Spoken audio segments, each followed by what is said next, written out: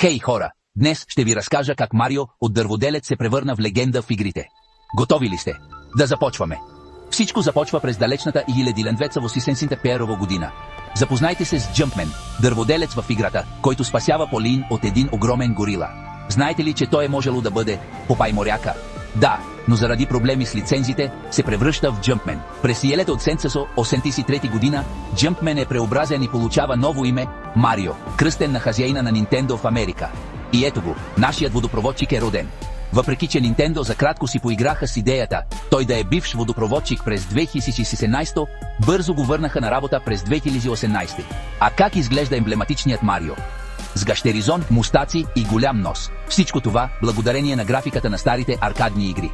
Гласът му от 1990 до 2023 година е на Чарлз Мартине, а сега е ред на Кевин Афгани да блесне. От героичните спасявания на принцеса Пич до спортните му подвизи в тениса и състезанията с колички, Марио винаги е смелият и добър герой. А знаете ли, че е бил и доктор и археолог? Не пропускайте втората част, където ще ви разкажа още интересни неща за Марио. Благодаря ви, че гледахте.